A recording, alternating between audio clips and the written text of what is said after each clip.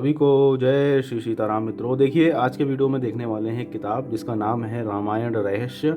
ये हमने खरीदी थी सिर्फ डोंगरे जी महाराज को देख के, क्योंकि यहाँ पे लिखा हुआ था प्रवक्ता श्री रामचंद्र केशव डोंगरे जी महाराज, श्री रामचरितमानस सरल व शुद्ध हिंदी अनुवाद। इस तरह से शीर्षक से ये प्रिंट हुई थी। तब मैंने ये अपनी रुचि के कारण जो है इसको परचेज कर लिया। प्रकाशन देखिए, यहाँ पे एक प्रकाशन है, इनकी ओर से प्रिंट होती है। बाहरी बनावट देखिए कुछ इस प्रकार से है और मोटाई देखिए इसकी, इतनी मोटाई की ये किताब है। क्योंकि डोंगरे जी महाराज की एक भागवत रहस्य भी आती है जो मुझे बहुत ही ज़्यादा अच्छी लगी, तो इसीलिए मैंने जो है रामायण रहस्य नाम से ये वाली किताब खरीदी। तो देखते हैं अंदर इसमें क्या विशेष देखने को मिलता है। शुरुआत देखिए इस प्रकार से, श्री रामचरितमानस का सरल व शुद्ध हिंदी अनुवाद रामायण रहस्य, अनुवादक व प्रवक्ता पूज्यपाद श्री रामचंद्र केशव डोंगरे जी महाराज। इस प्रकार से है, यहाँ पे प्रकाशक का नाम दिया गया है कुछ इस प्रकार से। शुरुआत देखिए यहाँ पे एक भजन के साथ होती है जो कि बहुत ही सुंदर है। श्री सीताराम देखिए, सीताराम सीताराम सीताराम कहिए, जाहि विधि राखे राम ताहि विधि रहिए, मुख में हो राम नाम राम सेवा हाथ में, तू अकेला नहीं प्यारे राम तेरे साथ में। इस तरह से बहुत सुंदर ये भजन लगता है मुझको। यहाँ पे देखिए, जिंदगी की डोर सौंप हाथ दीनानाथ के, महलों में राखे चाहे झोपड़ी में बांस दे, आशा एक राम जी से दूजी आशा छोड़ दे, नाता एक राम जी से दूजा नाता तोड़ दे। सुंदर भजन है, इसको सुनिएगा आप, देखिए एक बार ऑनलाइन। इस तरह से इस पुस्तक की शुरुआत होती है। यहाँ पे श्री युगल चरण चिन्ह छापे गए हैं और यहाँ पे देखिए अनुक्रमणिका यानी कि विषय सूची यहाँ से प्रारंभ होती है। शुरुआत में है प्रस्तावना, जिसमें मनुष्य शरीर का महत्व है, सब में ईश्वर, भक्ति के विविध स्वरूप, धर्म मर्यादा का पालन, माता पिता की सेवा और भक्ति। इस प्रकार से यहाँ पे मिलता है जगत जननी सीता जी और श्री रामायण दर्शन। यहाँ पे 2 शीर्षक से अलग अलग कथाएं आपको मिलती हैं। और आगे दिखाता हूँ मैं आपको विषय सूची। यहाँ पे देखिए 7 कांड यहाँ पे छापे गए हैं। बालकांड, जिसमें सूर्यवंश का वर्णन, प्रभु का प्रादुर्भाव। अयोध्या कांड, राज्याभिषेक की तैयारी। अरण्य कांड, किष्किंधा कांड, सुंदर कांड, लंका कांड और उत्तर कांड। तो इस प्रकार से यहाँ पे कुछ अध्याय दिए गए हैं और कांड यहाँ पे विषय सूची में देखने को मिल जाते हैं। और यहाँ से ये प्रारंभ होती है अत श्री रामायण रहस्य। शुरुआत होती है यहाँ पे भगवान की स्तुति के साथ में। और पहला जो अध्याय यहाँ पे है, मनुष्य शरीर का महत्व। खाना पीना, खेलना और वंश वृद्धि करना, क्या यही मनुष्य का लक्ष्य है? ये तो सब पशु भी करते हैं। आहार व्यवहार का ज्ञान तो पशु का भी है। पशु भी भोगते हैं, मनुष्य केवल भोग के पीछे पागल बने। तो पशु और मनुष्य में भेद क्या है? मनुष्य का एक विशिष्ट लक्ष्य है कि आत्मा को परमात्मा में लीन करना। तो मनुष्य का शरीर जो है उसका एक महत्व है। इस विषय पे महाराज जी के यहाँ पे प्रवचन है जो इस किताब में छापे गए हैं। सब में ईश्वर, इस शीर्षक से यहाँ पे देखने को मिलता है। इस प्रकार से ये किताब है। फॉन्ट काफ़ी बड़े बड़े हैं, आप आराम से इसमें पढ़ सकते हैं। और जो पेज की गुणवत्ता है, जितनी आप सोच रहे हैं उससे भी कहीं बेकार का पेज है। तो पेज क्वालिटी कोई ज़्यादा खास नहीं है। फॉन्ट आराम से आपको पढ़ने में आ जाता है। मेन चीज़ है महाराज जी के प्रवचन जो है हमें मिल जा रहे हैं। और यहाँ पे देखिए जगत जननी सीता जी, यहाँ पे स्त्री का स्वधर्म, इस अध्याय को एक बार पढ़ते हैं। श्री सीता जी की कथा अति दिव्य है। वाल्मीकि रामायण पढ़ने से लगता है कि वाल्मीकि जी सीता जी के प्रति पक्षपात करते हैं। सीता जी के चरित्र करते करते वाल्मीकि जी का हृदय पिघल गया। वाल्मीकि रामायण में लिखा है कि रामायण में रामचंद्र जी का चरित्र विशेषता नहीं है, किंतु मुख्यतः सीता जी का चरित्र है। सीता जी के चरित्र को यदि रामायण से निकाल दें तो कुछ बचेगा ही नहीं।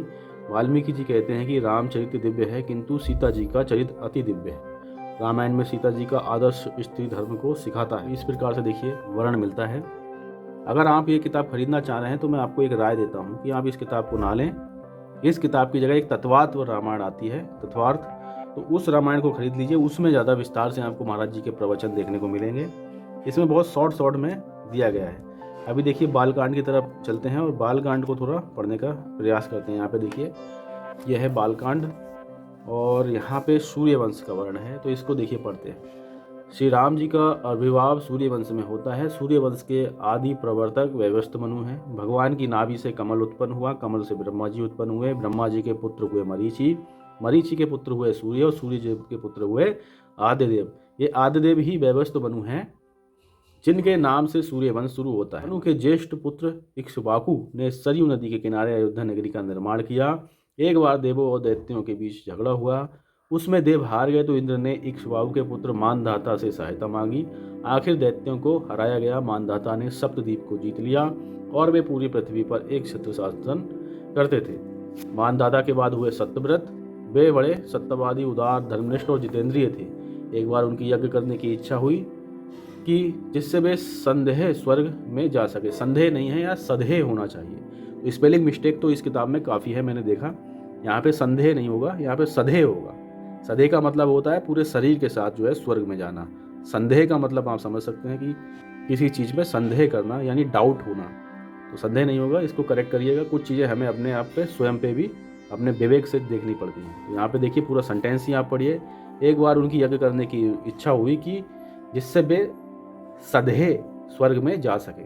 उन्हें वशिष्ठ से ये यज्ञ कराने की प्रार्थना की, किंतु वशिष्ठ सत्यव्रत को श्राप दिया कि तुमको चांडाल स्वरूप प्राप्त होगा। तदनुसार सत्यव्रत को चांडाल रूप आ गया। तब उसका नाम त्रिशंकु पड़ा। प्रारब्ध के सामने पुरुषार्थ का कोई पूछ नहीं। तो इस प्रकार से जो लैंग्वेज है वो थोड़ी शॉर्ट है, बहुत ज़्यादा शॉर्ट है, और कहीं कहीं पे मिस्टेक भी आपको देखने को मिलती है। तो अगर आप रामचरितमानस जी पढ़ते रहते हैं तो आपको ज़्यादा कुछ कठिनाई नहीं होगी, क्योंकि आप अपने दिमाग से ही स्वयं कुछ करेक्ट करते हुए चलेंगे। और अगर आप इसी किताब पे बैठ के पढ़ने को, तो निसंदेह आप संदेह में ही पढ़ जाएंगे। तो विद्या का अध्ययन, ये देखिए शीर्षक। वशिष्ठ जी ने चारों सुपुत्रों का उपनयन संस्कार किया और रघुनाथ जी वशिष्ठ के घर विद्या पढ़ने गए। प्राचीन काल में ये मर्यादा थी कि राजा का पुत्र भी गुरु के यहाँ पढ़ने जाता था। आजकल मास्टर विद्यार्थी के घर पढ़ाने जाते हैं और लड़का कहता है मेरे बाप ने एक नौकर रखा है। तो ये देखिए महाराज जी कुछ उदाहरण देके भी समझाते हैं। तो इस प्रकार ये किताब है, और अब मैं आपको दिखाता हूँ इसमें कितने पृष्ठ दिए गए हैं। पृष्ठों की अगर संख्या देखी जाए तो इसमें पृष्ठों की संख्या दी गई है 224 पृष्ठ हैं, जो कि बहुत ही निम्न क्वालिटी के पेज हैं।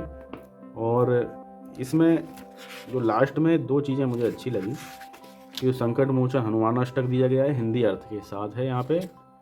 और एक चीज़ और इसमें दी गई है, हनुमान चालीसा भी दिया गया है, जो कि हिंदी अर्थ के साथ में दिया गया है। यहाँ देखिए एक और चालीसा है, यहाँ आरती श्री राम जी की, यहाँ बजरंग बली की आरती इस प्रकार से छापी गई है, लेकिन आरती श्री राम जी की है वह अलग प्रकार की आरती है। यहाँ रामायण जी की आरती दी गई है। तो देखिए अलग अलग प्रकाशनों की अगर आप किताबें खरीदते हैं, नॉलेज तो आपको मिलती है, और अपने विवेक का थोड़ा इस्तेमाल करेंगे तो ज़्यादा अच्छे से चीज़ें आप जान सकते हो। रही बात इस पुस्तक की, तो मैं आपको एक राय दे सकता हूँ कि रामायण रहस्य इस पुस्तक को ना खरीदें। इसकी जगह कहीं ज़्यादा बेहतर तत्वात्व रामायण आती है, उसको खरीद लीजिए। इसमें डोंगरे जी महाराज के बहुत ही अच्छे से जो है उसमें कथा प्रसंग आपको देखने को मिल जाएंगे। इस पुस्तक को मैंने अपनी जिज्ञासावश खरीद लिया था, लेकिन ये पुस्तक मेरी उम्मीदों पे खरी नहीं उतर पाई। और इसके MRP की अगर बात करूँ तो ये मैंने लगभग 250 या 250 के आसपास खरीदी ऑनलाइन। तो आप एक बार तत्वाद रामायण खरीदिएगा इसकी जगह, और अगर मैं खरीदता हूँ तो मैं भी उसको भी आपको एक बार दिखवा दूंगा। तो मित्रों देखिए, हम तो ग्रंथों को खरीदते रहते हैं, अध्ययन करते रहते हैं, आपको दर्शन कराते रहते हैं। मिलते हैं और किसी ज्ञानवर्धक वीडियो के साथ में। ख्याल रखिएगा अपना। एक बार प्रेम से बोलेंगे जय जय श्री सीताराम।